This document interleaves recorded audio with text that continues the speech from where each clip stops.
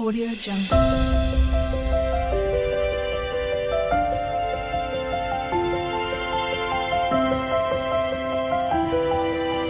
Audio Jungle. नमस्कार मंडळी. S for Shrikant Deval म्हणजे गोष्ट गावाकडची. आजच्या भागामध्ये आपण काय कुलूची भाजी कुरडूची कुरडूची हां, तर आजच्या भागामध्ये आपण कुरडूची भाजी करणार आहोत पानांची. तर कुरडूची पानं म्हणजे आपण आता गावच्या ठिकाणी दसऱ्याला जी व्हाईट कलरची तुरेवाली फुलं असतात त्याची ती आपण दसऱ्याला लावतो तोरण म्हणून. तर त्याच्या पानांची आपण भाजी करणार आहोत.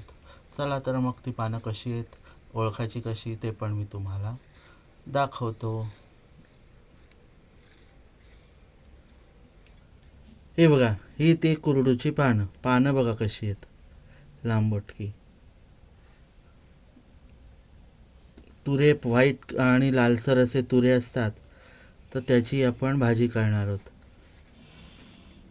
आणि त्याला असे काळे काळेमध्ये डाग असतात पानाला. हे बघा असे काळे काळे डाग. तर या पानांची कवळ्या पानांची म्हणजे झाडं आहेत, ती कवळी झाडं, त्याची पानं, त्याची आपण भाजी करणार होतो. ती कशी करतात ती पण मी तुम्हाला सांगणार आहे. त्यासाठी मी घेतलेत 4 मोठे कांदे. हे सुद्धा आमचे फेमस अलिबागचे पांढरे कांदे आहेत. आणि त्यासाठी लागेल मिरची, लसूण पेस्ट आणि फोडणीचं साहित्य. चला तर मग मी आता मिरची चिरून घेतो आणि ही भाजी चिरून घेतो आणि आपण भेटू थोड्या वेळाने. तर आता मी ही भाजी चिरायला घेतो. आपण जशी पालेभाजी चिरतो तशीच ती चिरायची आहे. त्याच्या आधी मी बघा ह्याच्यामध्ये पालेभाजी चिरून घेतलेली आहे आधीची, पण तुम्हाला ही खास दाखवण्यासाठी म्हणून मी हे आत्ता चिरत आहे.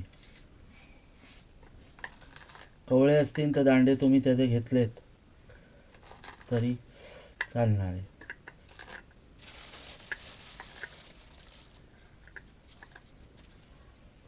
ही पावसाळ्यात उगवणारी एक भाजी आहे.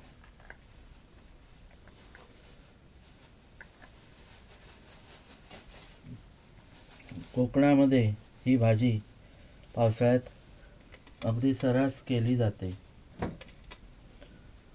म्हणून म्हटलं आज ही मी तुमच्यापर्यंत दाखवतो. ही भाजी आम्ही जाऊन तोडून नाही आणली, वहिनीनी बाजारातून आणली.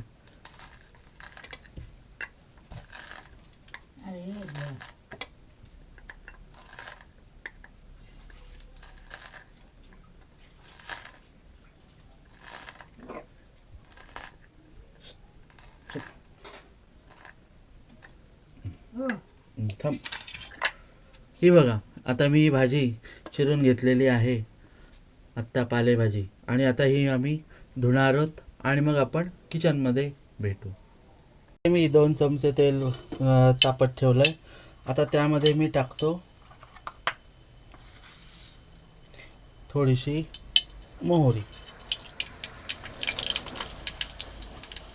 थोडंसं जिरं,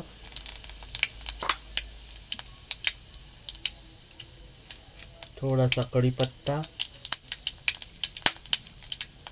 आणि मिरची, तसंच कांदा. मिरची तडतडायला लागली का लगेच त्यावर कांदा टाका, आता अंगावर उडेल.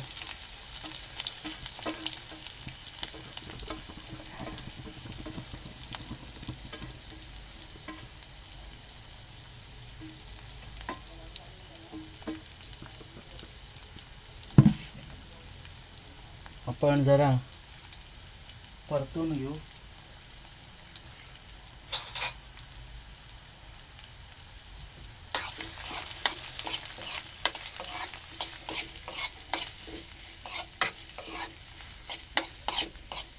लगेच आपण त्यामध्ये टाकू लसूण पेस्ट.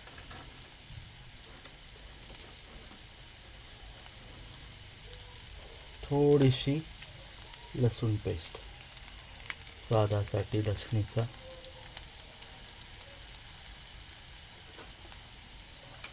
पुन्हा परतून घेऊ.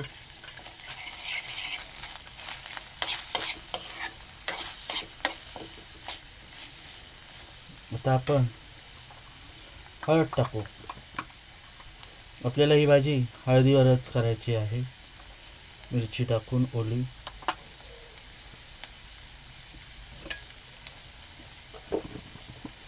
चांगले परत परतून घेऊ. जरा कांदा आपला तांबूस झाला पाहिजे.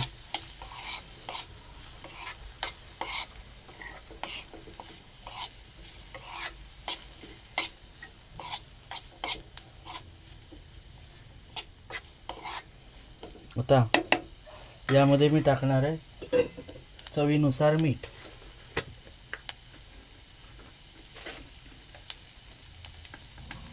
हे बघा अंदाजे घेतलं आहे चवीनुसार, कारण पालेभाजी शिजून थोडीशीच होते म्हणून आपण त्याला थोडंसंच मीठ टाकू चवीनुसार.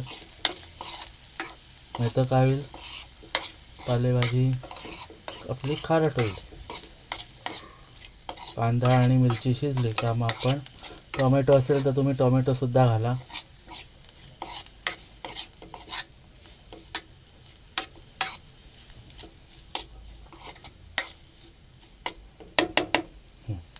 तर आपला कांदा आता तांबूस झालेला आहे. तर आता मी त्यामध्ये ही बघा ही पालेभाजी धुतलेली आहे वहिनीनी, ती मी ह्याच्यात ॲड करतो. थोडी थोडी टाकू आपण, जेणेकरून ती परतताना सगळीकडे परतली जाईल.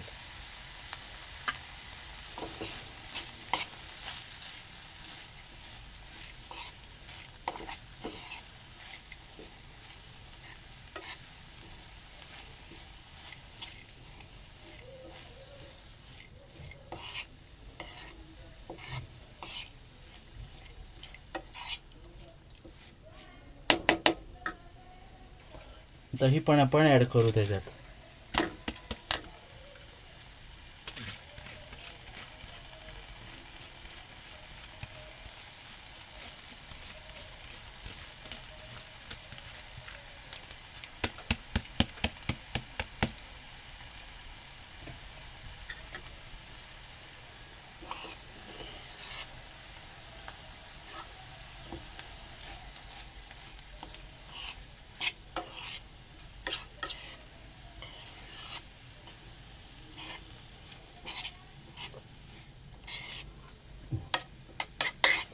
बघा आता मी याला झाकण लावतो, जेणेकरून आपली भाजी शिजेल. झाकण लावल्यावर मध्ये मध्ये बघायचं, कारण खाली भाजी लागली तर मग प्रॉब्लेम होईल. त्यासाठी मध्ये मध्ये भाजी आपली ढवळत राहायची.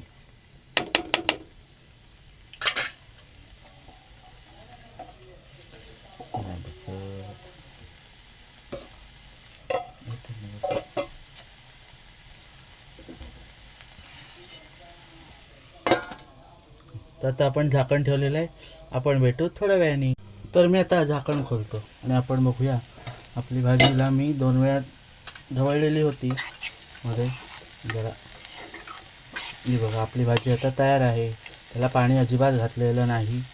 आता मी याच्यामध्ये घालणार आहे सुकं खोबरं. माझ्याकडे अवेलेबल आहे ते.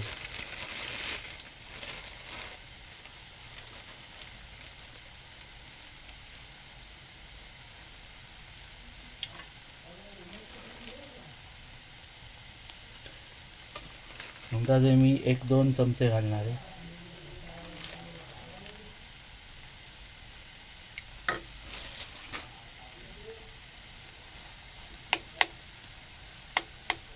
ऑलमोस्ट आपली भाजी झालेलीच आहे. फक्त आता खोबरं घातलं, परतून घेऊ.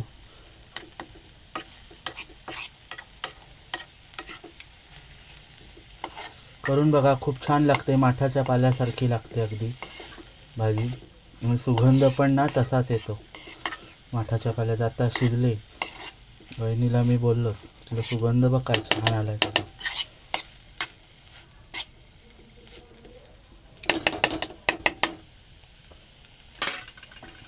तर मंडळी, आजची रेसिपी तुम्हाला आवडली का? आवडली असल्यास लाईक, शेअर आणि सबस्क्राईब करायला विसरू नका. चला तर मग बाय बाय.